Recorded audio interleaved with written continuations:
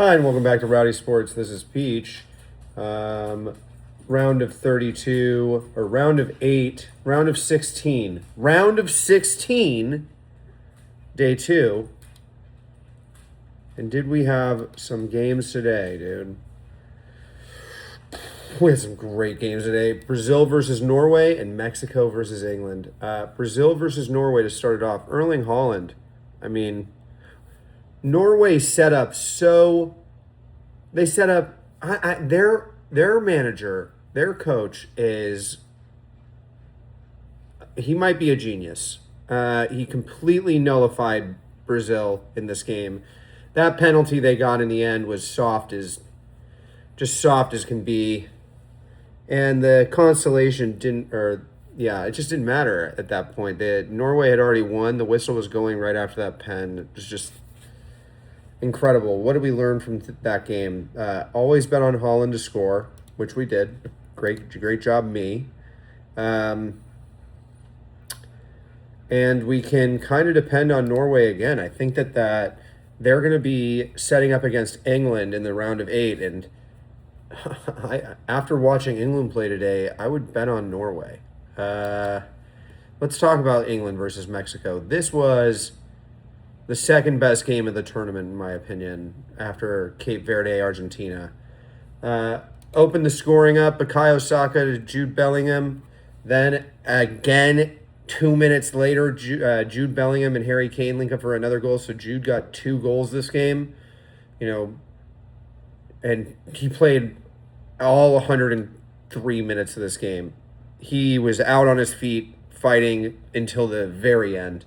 Harry Kane with a penalty. Quinones with a comeback goal, and Jimenez with a penalty, but ultimately the 10 men threw a red card that was...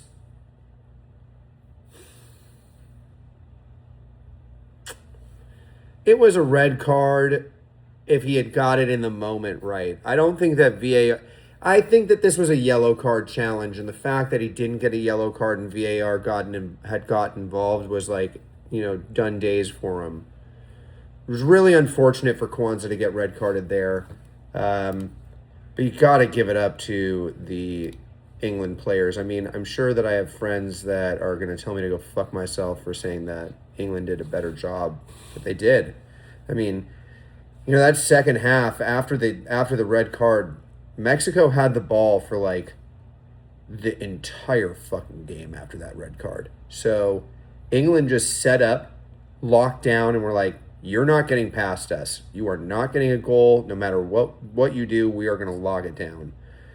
The things that we learned from this game the most is that Jude Bellingham is probably the biggest producer in this squad outside of Harry Kane. And Harry Kane, you can depend on getting penalties and scoring 80% of the time. He got an assist and a goal. Jude Bellingham got 2 goals.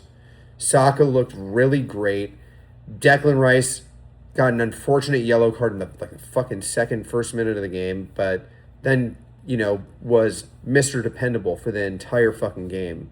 I think that this was the best showing from England. If they can play like this against Norway, they'll win.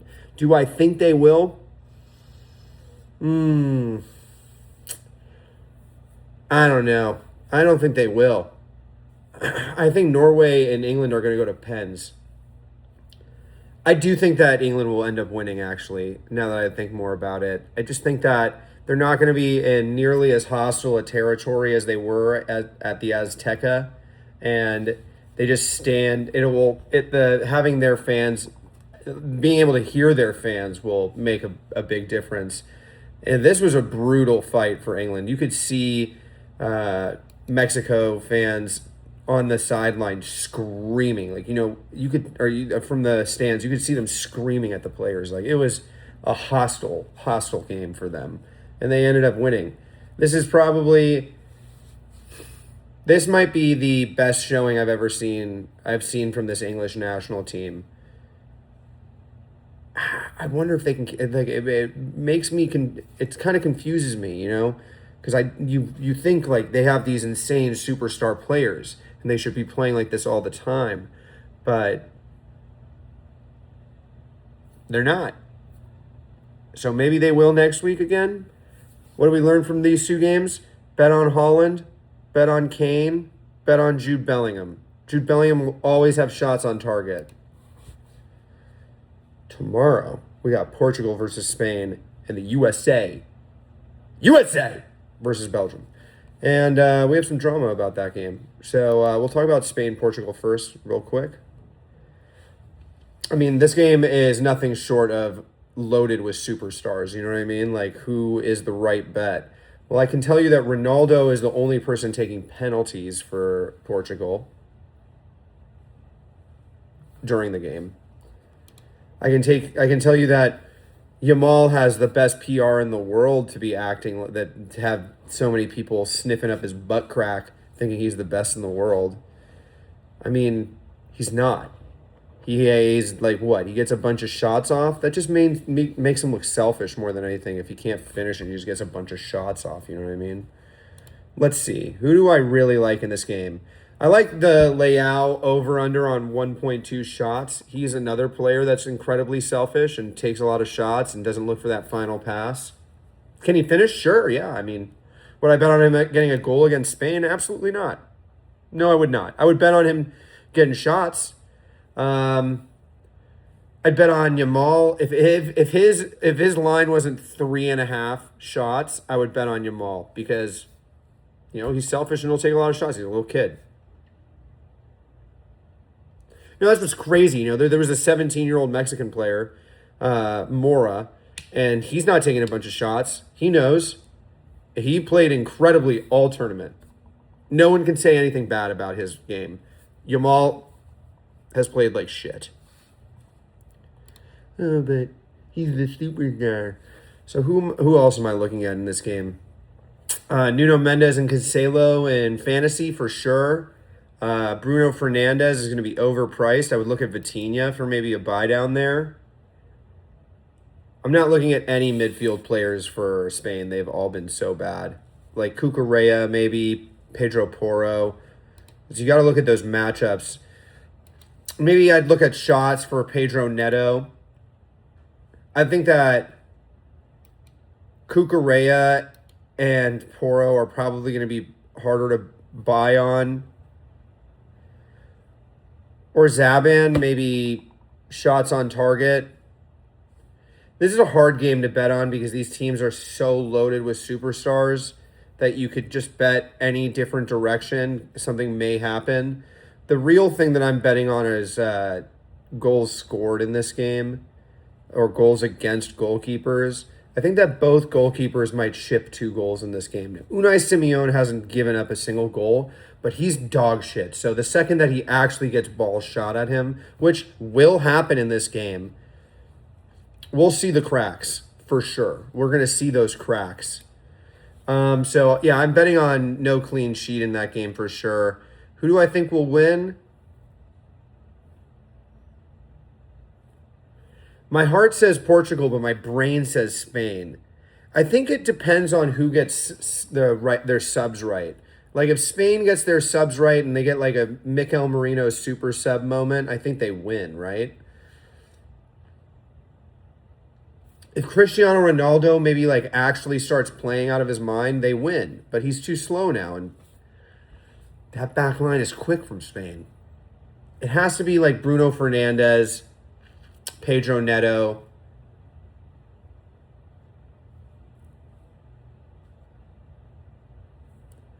I think if Nico Williams starts tomorrow, Spain could win, but I don't think he starts tomorrow. I'm going to say Portugal win 3-2. Nah. Spain win 3-2. There it is. United States versus Belgium, the Waffles. And man, the Waffles are making a lot of noise right now because they are mad that Florian Balogun got his red card decision penalty. The period of time they're upset that his ban got overturned, right? There's the words. And honestly, they kind of should be upset. This red light is just a glaring in my face. I can't find the cord. There it is. Do I look better? Probably not. What am I betting on in this game? If CDK starts, the USA will win. Period. If Lukaku doesn't start, the USA will win. Do I think that Anthony Robinson, Freeman, and Dest can hold down Trossard and Doku? Yeah, I think that they can. I think that Robinson might get a yellow card though against Doku. That'd be like a sneaky bet that I'd throw in there. Do I think that Doku's going to have to do a lot of tracking back with Christian Pulisic on that side? Yeah, I do. I think that Florian Balogun, if he starts, which he will, he'll get a goal against this team. It's just about that second goal and where the USA can produce if they want to win. Do I think that they can hold Belgium to a 1 goal? I do. I think that the USA can hold Belgium to 1 goal, but they're going to have to batten down the hatches because the Belgium teams, the Waffles, they have a lot of firepower. KDB, Leo Trossard, Jeremy Doku, all very good. But CDK, Charles de Cantelare, he has been a shitter all tournament. And you can see it in every fucking thing he does. He's been just an outright shitter. De Kuyper's been kind of good, but Tielemans been back and forth. I mean, he had those goals, but one of them was a pen, and he shouldn't even be taking pens. That was crazy to me. I mean,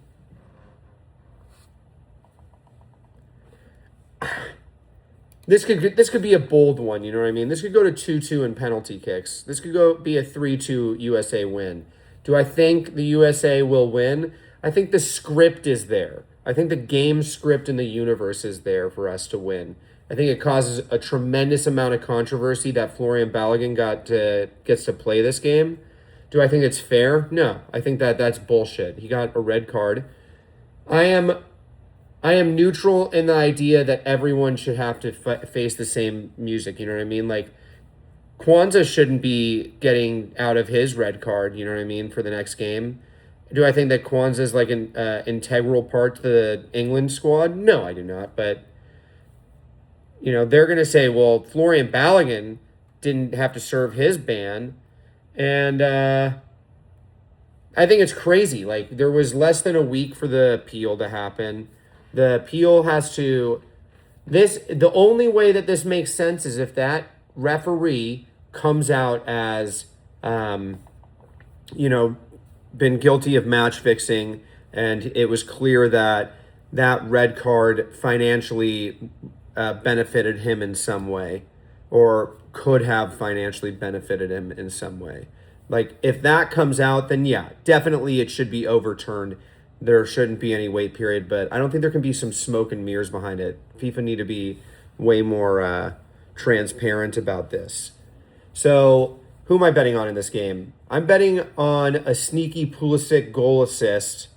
I'm betting on Dest with a shot on target and Florian Balogun with a goal. Those are the USA bets that I'm looking at. If CDK starts, I'm betting on maybe Leo Trossard shots on target. If CDK starts, the only way they're scoring is through KDB, Trossard, or Doku. So you bet on shots with those 3 players. You could bet on KDB assists. Man, maybe Tielemans with a screamer. It's going to have to be something like that, though. It's going to genuinely have to be something like that because CDK is a shitter and he's not going to get it done up top for them. He wanders around too much. He never is in the center of the box when they need him to be. I know I'm talking shit, so I'm probably jinxing myself, and CDK scores a fucking hat trick. I like the guy. I think he's a really talented player, but him playing as a number 9 is not what he does. He is a 10. But because Kevin De Bruyne exists, he is not a 10. You know what I mean? No one is taking the 10 position from KDB. He is probably the player in fantasy I'm looking at the most, along with Serginho Dest, especially if you can get Dest in the defensive position. If he has a D in front of his name in fantasy, you put him in all of your lineups because he's just going to produce more than most people in defense do. Courtois had kind of a horror show, Other than his game against Iran, where he didn't give up a goal, but nothing happened in that game. It was a fucking draw. Courtois gives up goals. He gave up a goal to Australia. He gave up 2 to Senegal. He will give up goals to the U.S. So you can bet the over. You can bet the over on 1.5. I think both teams could, or I think this actually will be a 3-2 USA win. I think that both goalies give up 2 goals in this game. And I'd bet the over on 1.5 on that for both teams. But yeah, those are the bets. So the next week in the round of 8, Norway will play England and France will play Morocco, and that's been decided. Tomorrow we'll be deciding between Portugal and Spain and the USA and the Waffles. Remember to like, follow, and subscribe.